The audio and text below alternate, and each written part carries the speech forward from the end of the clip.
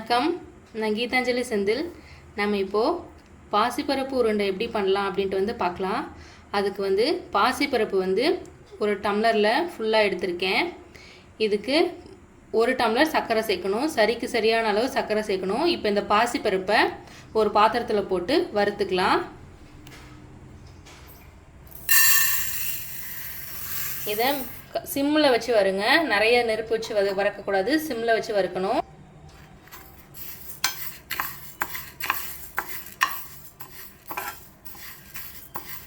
லைட்டாக ஒரு பொன்னிறமாக வர வரைக்கும் வறுக்கணும். இதை இங்கே பாருங்கள், இந்த மாதிரி கொஞ்சம் எல்லாமே ப்ரௌன் கலரில், லைட் ப்ரௌன் கலரில் ஆகிற வரைக்கும் வதக்கணும்.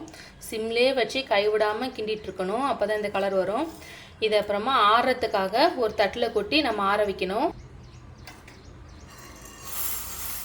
ஏன் நம்ம இந்த தாச்சிலே வைக்கக்கூடாது அப்படின்னா, இன்னும் கொஞ்சம் அந்த சூட்டில் இன்னும் கொஞ்சம் நல்லா கருகிரும். அதனால வேற ஒரு தட்டில் கொட்டி தான் இதை நம்ம நல்லா ஆற விடணும்.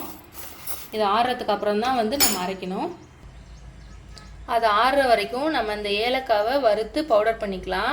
இப்போ நம்ம இந்த ஏலக்காவை இந்த மாதிரி நம்ம வறுத்துட்டு இது கூட கொஞ்சம் சர்க்கரையை சேர்த்து ஒரு பவுடர் பண்ணி நம்ம ஒரு டப்பாவில் கொட்டி வச்சிட்டோம்னா நம்ம டீ போடுறதுக்கு இல்லை எப்போனாலும் நம்ம யூஸ் பண்ணிக்கலாம்.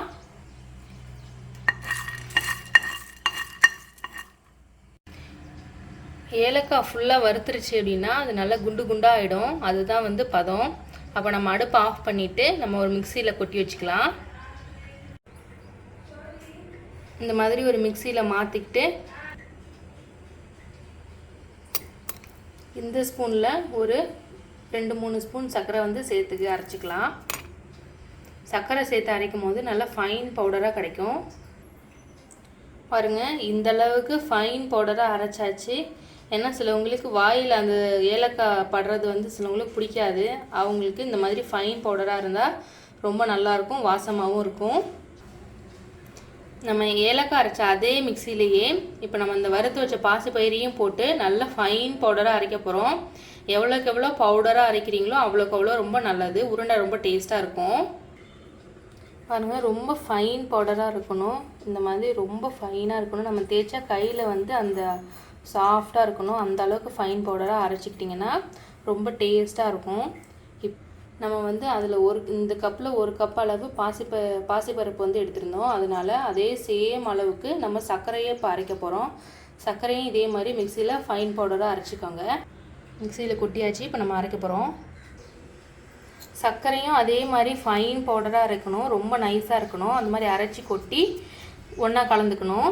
பவுடரு இது கூட கொஞ்சம் ஏலக்காவை சேர்த்து ரொம்ப மிக்ஸ் பண்ணி, ஏலக்காய் கொஞ்சம் பிஞ்சு சேர்த்தா போதும். சேர்த்துட்டு நல்லா கலந்து விட்டுக்கிட்டு நம்ம எந்த டம்ளரில் எடுத்தோமோ அதில் 1/4 டம்ளர் அளவுக்கு நம்ம நெய்யை கொஞ்சம் சூடுபடுத்திக்கணும்.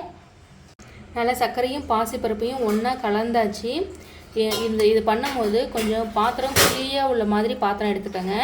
ஏன்னா இது ரெண்டுமே ஃபைன் பவுடராக இருக்கிறதுனால ஈஸியாக வெளியெல்லாம் தெரிக்கும், சிந்தும். குழியான பாத்திரம் எடுத்துக்கிட்டிங்கன்னா உள்ளேயே விழுந்துடும்.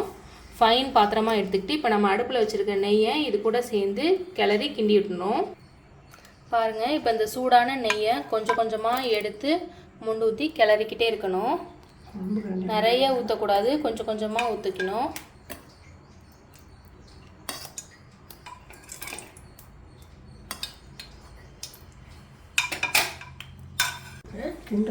கொஞ்சம் கொஞ்சமாக ஊற்றி கிண்டுங்க.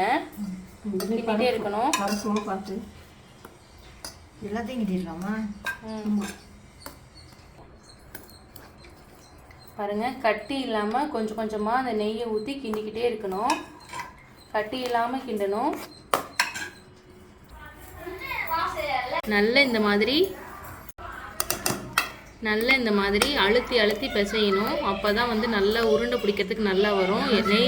நெய் எல்லா இடத்துலையும் படுற மாதிரி நல்லா அழுத்தி அழுத்தி இந்த மாதிரி அழுத்தி பிசைஞ்சிட்டு அழுத்தி வச்சுட்டு கொஞ்ச நேரம் மூடி வச்சிடணும். நல்லா இந்த மாதிரி உருண்டை பிடிக்கணும். நல்லா பிடிச்சா நல்லா பிடிக்கிற அளவுக்கு இருக்கணும். அந்த அளவுக்கு நம்ம நெய் இன்னும் கொஞ்சம் வேணும்னா கூட சூடு பண்ணி ஊற்றிட்டு பிசைஞ்சிட்டு இந்த மாதிரி உருண்டை பிடிச்சி வச்சுக்கலாம். உருண்டை நமக்கு இந்த மாதிரி கிடைக்கும். இது குழந்தைங்களுக்குலாம் ரொம்ப நல்லது, ஹெல்த்தியானது. நீங்கள் வீட்டில் ட்ரை பண்ணி பாருங்கள். சின்ன பசங்களுக்கு கொடுங்க. இது வந்து 5 நிமிஷத்தில் வந்து ஈஸியாக பண்ணிடலாம். வீட்டில் உள்ள பொருளை வச்சு டக்குன்னு பண்ணிடலாம். நீங்களும் வீட்டில் இதை பண்ணி பாருங்கள். ரொம்ப ஹெல்த்தி அண்ட் டேஸ்டியான ஈவினிங் ஸ்நாக்ஸு. பண்ணி பார்த்துட்டு எப்படி இருக்குன்னு கமெண்ட் பண்ணுங்கள். வீடியோ ஃபுல்லாக பார்த்ததுக்கு நன்றி. தேங்க்ஸ் ஃபார் வாட்சிங்.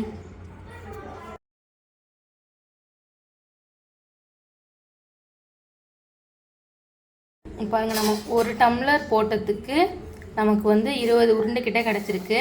நீங்கள் உங்கள் வீட்டில் செஞ்சு பார்த்துட்டு எப்படி இருக்குன்னு கமெண்ட் பண்ணுங்கள். வீடியோ ஃபுல்லாக பார்த்ததுக்கு ரொம்ப நன்றி.